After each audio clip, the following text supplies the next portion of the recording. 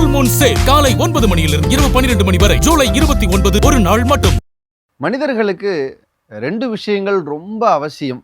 ஒன்று பயிற்சி, இன்னொன்று முயற்சி.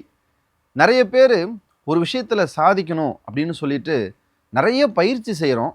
ஆனால் அதை சாத்தியப்படுத்துறதுக்கான முயற்சியில் நிறைய பேர் இயங்குறதே கிடையாது. நிறைய பேர் சில முயற்சிகள் செஞ்சாலும் அதில் ஜெயிக்கிறதுக்கான ஒரு நல்ல பயிற்சிக்கு போகிறது கிடையாது. இந்த ரெண்டையும் யார் ஒருத்தர் ரொம்ப சரியாக புரிஞ்சுக்கிறாங்களோ அவங்க தான் வாழ்க்கையில் உண்மையிலேயே ஜெயிக்கிறாங்க. நான் இன்னைக்கு உங்களுக்கு அறிமுகப்படுத்தக்கூடிய ஒரு நபர் பல பேருக்கு ஏற்கனவே தெரிஞ்ச ஒருத்தராக இருக்கலாம்.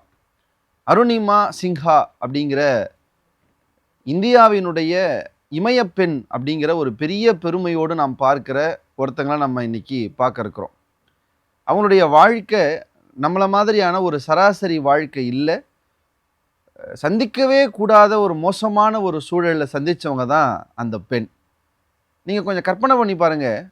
ஒரு ஓடுற ரயிலிருந்து உங்களை ஒரு கூட்டம் வெளியே தூக்கி எறிகிறதும், நீங்கள் பக்கத்து தண்டவாளத்தில் போய் விழறதும், இரவு முழுக்க 47 ரயில்கள் உங்களுடைய இடது காலில் ஏறுறதும், காலையில் நீங்கள் கால்கள் நசுக்கப்பட்டு ஒரு மருத்துவமனையில் அனுமதிக்கிறதையும் நீங்கள் கற்பனை பண்ணி பார்க்க முடியுமான்னு யோசிச்சு பாருங்கள். ஆனால் இது எல்லாம் அருணிமாவுடைய வாழ்க்கையில் நடந்துச்சு. 2011 ஒரு பயணம் செய்யணும்னு ரயிலில் போயிட்டு இருக்கும்போது கொள்ளையர்களால் அவங்க தாக்கப்படுறாங்க. தன்னை தற்காத்துக்க போராடும்போது அவங்கள தூக்கி ரயிலிருந்து வெளியே எறிகிறாங்க.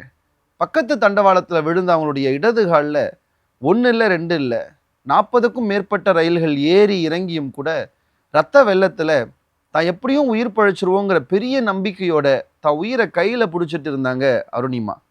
இதில் ஆச்சரியப்படுற விஷயம் என்ன தெரியுமா? அவங்க எய்ம்ஸ் மருத்துவமனையில் சேர்க்கப்பட்ட பிறகு ஒரு தீவிர அவருடைய மருத்துவத்துக்கெல்லாம் பிறகு நேராக டிஸ்சார்ஜ் ஆகி அவங்க வீட்டுக்கு போகல. அதுக்கு பதிலாக இந்தியாவினுடைய முதல் எவரெஸ்ட் ஏறிய பெண் அப்படிங்கிற பெருமைக்குரிய பச்சேந்திரி பாலை பார்க்குறதுக்காக நேராக போனாங்க. அவங்கக்கிட்ட போய் சொன்னாங்க, என்னுடைய கால்களை வேணால் விதி நீக்கலாம், ஆனால் என்னுடைய கனவுகளை ஒருபோதும் இந்த விதியால் நீக்க முடியாது, நானும் எவரெஸ்ட் ஏறணும் அப்படின்னு சொன்னாங்க.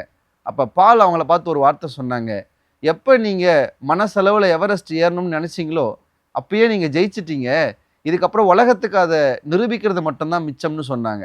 அதே மாதிரி அடுத்த சில ஆண்டுகளில் தன்னுடைய இடது காலை இரும்பினால் பொருத்தி கொண்டு தன்னுடைய வலது காலையும் இரும்பு ராடு அமைக்கப்பெற்று ஒரு மாற்றுத்திறனாளி அப்படிங்கிற எந்த விதமான ஒன்றும் இல்லாமல் பெரும் முயற்சியோட எவரெஸ்ட் மலையை ஏறி நம்முடைய தேசிய கொடியை உச்சியில் பறக்க விட்டு, விதி அப்படின்னு ஒன்று இல்லை, நடப்பதற்கு கால்கள் இல்லை என்றால் என்ன, பறக்கிறதுக்கு சிறகு இருந்தாலே போதுமானது அப்படின்னு இன்னைக்கு நம்ம எல்லாருக்கும் ஒரு பெரிய ரோல் மாடலா,